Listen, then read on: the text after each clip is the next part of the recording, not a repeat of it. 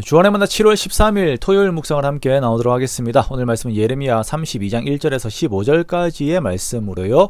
회복이 약속된 징계라고 하는 제목으로 함께 묵상을 나누도록 하겠습니다. 자, 오늘 본문에서는 두 가지의 내용을 말씀을 합니다. 첫 번째는 시드기야에게 전하는 징계의 말씀과 또 함께 또한 아나도 밭을 사는 행위를 통하여서 하나님께서 이루실 회복을 이제 함께 이렇게 말씀하시는 것을 우리가 볼 수가 있습니다.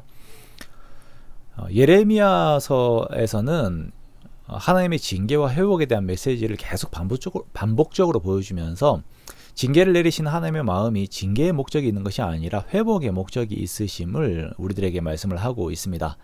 그러면서 당장에 주어질 징계 앞에서 절망하는 태도가 아닌 하나님 앞에서의 회복에 자신들의 시각을 두어야 하는 것을 강조를 하시는 것이죠. 자, 하나님께서는 예레미야를 통하여서 먼저 유다왕 시드기야에게 하나님의 말씀을 전하게 합니다. 자, 그 시기를 보면 바벨론의 군대가 예루살렘을 에워싸고 있는 상황입니다. 상당히 긴박하고 위험한 시간들이죠. 자, 이에 유대의 왕인 시드기야는 여기서 항복을 해야 할지 계속 싸워야 할지를 고민하고 선택을 해야 하는 상황입니다.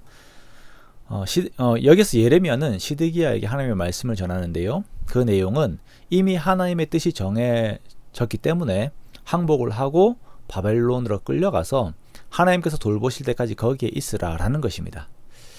자, 이러한 말씀을 전하는 것은 시드기야와 유다가 그나마 피해를 덜 입은 상황에서 하나님의 징계 속으로 들어가는 것을 원하시는 그 하나님의 마음이 담겨 있는 것입니다. 그런데 시드기야는 이것을 거부해요. 예레미야 예언을 들은 시드기야는 어떻게 이런 예언을 할 수 있느냐라고 예레미야를 책망하면서 그를 시위대 뜰에 가두어 버립니다.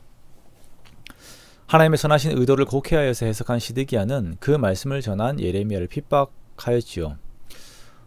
그리고 정작 그는 이후에 바벨론에 의해서 자신의 아들들이 죽는 것을 보게 되고 그의 눈이 뽑히고 사슬에 결박되어서 바벨론으로 끌려가야 했습니다. 우리에게 듣기 좋은 메시지만 하나님의 말씀이 아니지요. 하나님의 말씀은 우리의 심령에 큰 아픔을 주기도 하고 우리의 골수를 찔러 쪼개기도 합니다. 우리는 하나님의 말씀 앞에서 철저하게 나를 부인하는 자리로 나아가야 합니다. 그런 상황에서 우리에게 쉬운 것은 하나님의 말씀을 회피하는 것입니다. 그러나 우리가 기억해야 하는 것은 하나님의 말씀은 반드시 이루어지는 것이기 때문에 우리가 순종하는 태도를 반드시 보여야 한다라는 것입니다.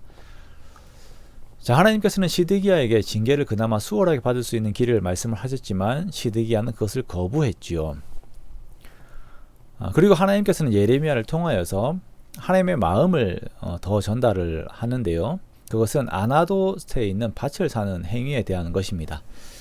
자, 예레미야의 친척인 하나멜이라고 하는 사람이 와서 예레미야에게 와서 아나도스에 있는 그의 밭을 사라라고 할 것이다 라고 하는 그 하나님의 말씀이 예레미야에게 임합니다. 그러자 하나님의 말씀대로 하나멜이 와서 자신의 밭에 대해 기업을 물을 것을 예레미야에게 청해요. 그래서 예레미야는 은 17세겔을 달아주어서 그 밭을 매매하게 됩니다. 그리고 그 매매 증서를 유다의 모든 사람들 앞에서 바룩에게 붙이면서 이 증서를 토기에 보존하라라고 합니다.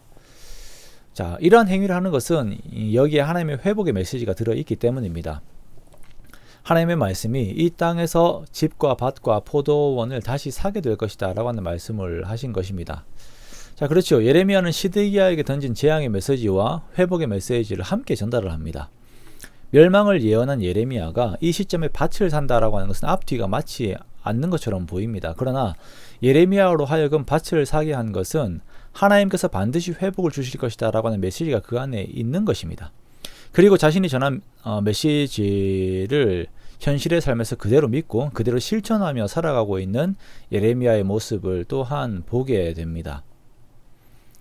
하나님께서는 재앙을 말씀하시지만 궁극적인 목적은 이스라엘의 회복에 그 마음이 있으신 것입니다. 그리고 그 회복을 약속하십니다. 하나님께서 약속하신 회복에 그 시각이 고정되어 있는 사람들은 현재의 고난 속에서 낭망하지 않습니다.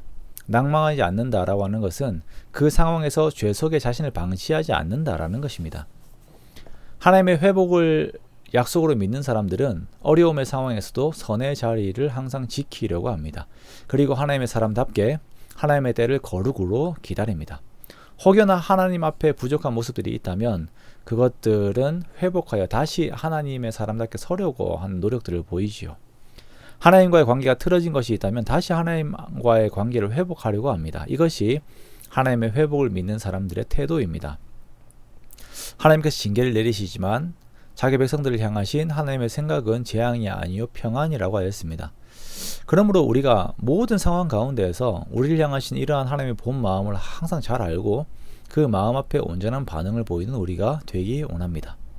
그렇게 우리가 서 있는 모든 자리 가운데에서 매사에 하나님의 마음에 합한 자의 모습을 가진 그런 모습을 지닌 저와 여러분의 복된 삶들이 되시기를 주님의 이름으로 축원합니다.